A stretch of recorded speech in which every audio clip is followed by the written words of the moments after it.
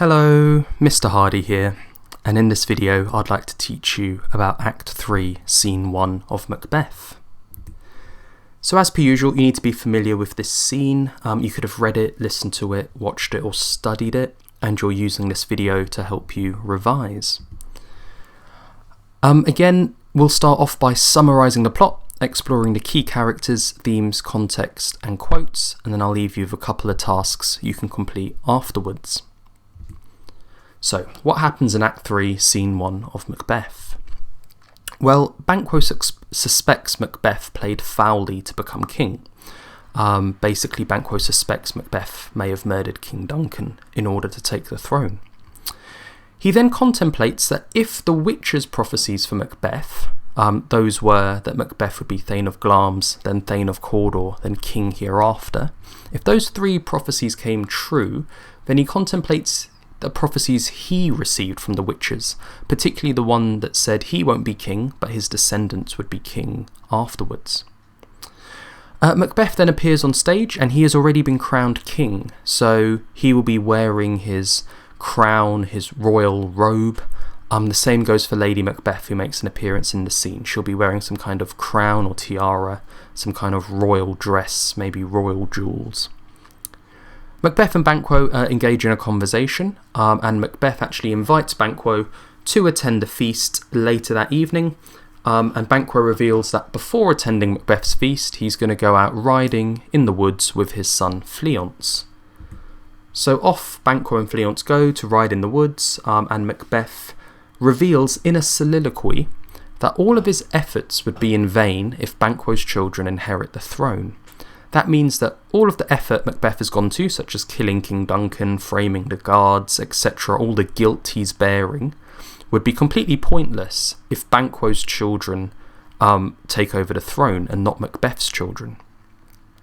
So Macbeth speaks to some murderers, and he, very manipulative, he convinces them that Banquo is their enemy, and convinces them to go and kill Banquo and Fleance whilst they are out riding. So, who are the key characters in our scene? Well, of course we have Banquo. The scene opens up on him, and he is a friend to Macbeth, we know that, which makes Macbeth sending murderers after him and his son all the more shocking. Banquo is suspicious of Macbeth. He says, "I fear thou playest most foully for it," which basically reveals that he thinks Macbeth might have had something to do with King Duncan's murder.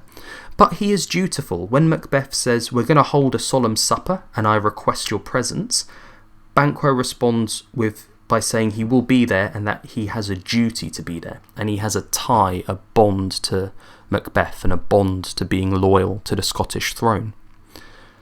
However, Banquo's downfall, you could argue, is that he was naive. Naive means sort of innocent, young, unsuspecting. Macbeth, Banquo suspects, has murdered King Duncan, yet he's too naive to think that Macbeth would murder him and his son. So he reveals to Macbeth where he's going to be that afternoon, and Macbeth uses that information to plot Banquo and Fleance's murder.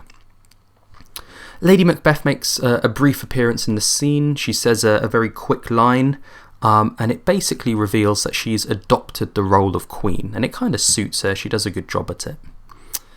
We have Macbeth in this scene, and he is many, many, many evil things. He's deceitful, he's evil, he's a betrayer, he's paranoid, he's a murderer. Let's unpack this.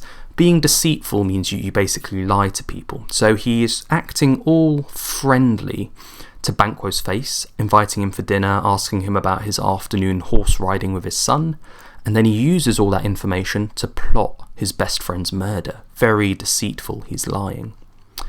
Macbeth is truly evil because he's planning the murder of two innocent people. Banquo and Fleance have done no wrong to Macbeth, and it is a really evil situation for a father to watch his son die, or for a son to watch his father die. Either way, it's incredibly traumatic and evil.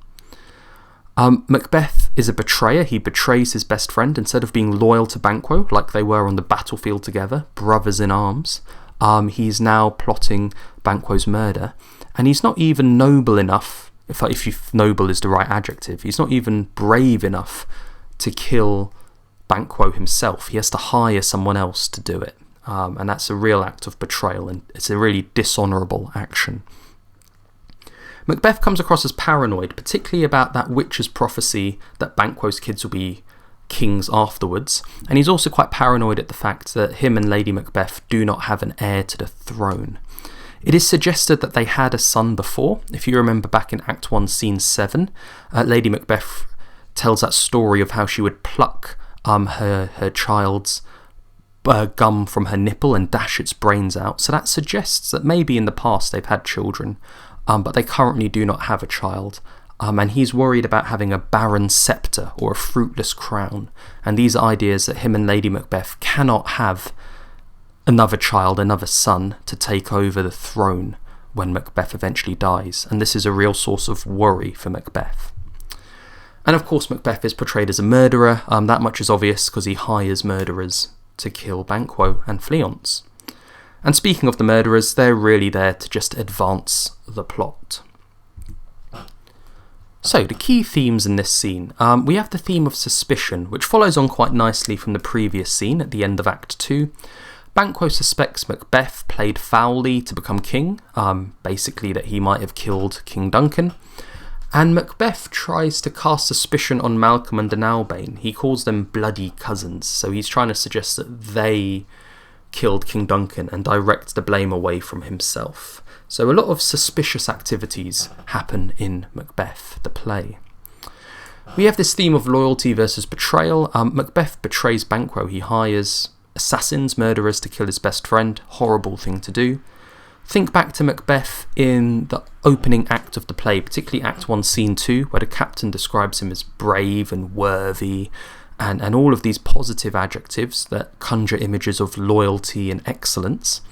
And now look at how Macbeth is acting, how he betrays his king by murdering King Duncan, how he betrays his best friend by hiring assassins to murder him and his son. He's really lost his moral compass. Macbeth comes across as evil, and this theme of evil actions continues. Not only have we murdered an innocent king in King Duncan, a good king, we are now murdering innocent family members. Banquo has done no wrong to Macbeth, but Macbeth has hired a murderer for him. Fleance I feel particularly sorry for. It's no fault of his own that the witch's prophecy is going to be fulfilled through him, that Banquo's children, such as Fleance, will be kings. And for no fault of his own, he's now Macbeth's enemy, and Macbeth has hired a murderer to kill him. Really evil actions, taking the lives of innocent people. And we have that theme of appearance versus reality. We've discussed this before. Macbeth is friendly to Banquo, so he's appearing to Banquo's face to be friendly, but secretly, in reality, behind his back, he plots the murder of his best friend and his best friend's son. So, what context could you use to improve an answer about Act 3, Scene 1? Well, you need to know that Jacobeans believed that loyalty was a key moral quality to possess. If you were a loyal person, you were a good person. Loyal to your family, loyal to your king, loyal to your country, loyal to your god. These were all good qualities to have in the Jacobean era. And I'm pretty sure the same would be true for 11th century Scotland. We also have this idea of a tragic hero. We know Macbeth is a tragedy, and we have Macbeth, the eponymous character. He is the tragic hero, and this is why he's a tragic hero. He starts off morally upright. He has loyalty. He's loyal to King Duncan, and he's loyal to Scotland when he fights off the Norwegian invaders and protects his country. However, the audience sees a rather tragic journey Macbeth takes where he loses his morality. It starts off with the regicide, the killing of King Duncan, and it's now moving on to the taking of innocent lives, the murdering of Banquo and Fleance. So, some key quotes you might want to memorise. Banquo at the start of the scene says, "I fear thou placed most foully for it," and this links to the theme of suspicion. And one of the key words there is going to be foully, because that links all the way back to Act 1, Scene 1, when the witches said fair is foul and foul is fair. And this idea of foul linking to the theme of evil that sort of carries through the tragedy of Macbeth. Macbeth tries to cast suspicion on Malcolm and Donalbain by calling them bloody cousins. let's be honest, it's not really working. Macduff, Banquo, a lot of the Scottish thanes are beginning to suspect that Macbeth is actually responsible for King Duncan's death. To be thus is nothing, but to be safely thus. Macbeth says this, and this reveals his paranoia. To be thus is nothing. That translates to being king is nothing. All this effort I've made to become the King of Scotland is nothing unless I am safely King of Scotland. But to be safely thus, unless I can ensure that my children and my grandchildren will also be kings of Scotland, what I've done is not good enough. I'm worried about that witch's prediction that Banquo's heirs will take the throne.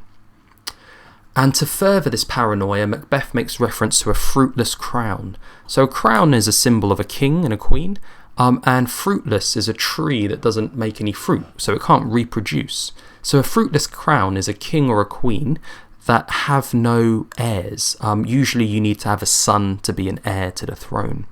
And Macbeth and Lady Macbeth don't have one. This is also revealed in Baron Sceptre. A sceptre is like a staff or sort of like a wooden or metal ornament that kings and queens hold to show their power. And if the sceptre is barren, it cannot produce of itself. So you're holding all the power of being king or queen, but you have no one to inherit it. Your sceptre, your power, ends when you die. Banquo was your enemy. Macbeth here is manipulative, and he deceives the murderers into thinking that Banquo was their enemy, when really there is no foundation for this at all. Like his wife Lady Macbeth, Macbeth is showing his ability to manipulate, and this links to the theme of deceit and evilness. The scene ends with a rhyming couplet, as many Shakespearean scenes do end. This is a nice signal to the actors and the audience that the scenes come to an end. Macbeth, thy soul's flight, if it find heaven, must find it out tonight. Flight and tonight rhyme, that makes the rhyming couplet.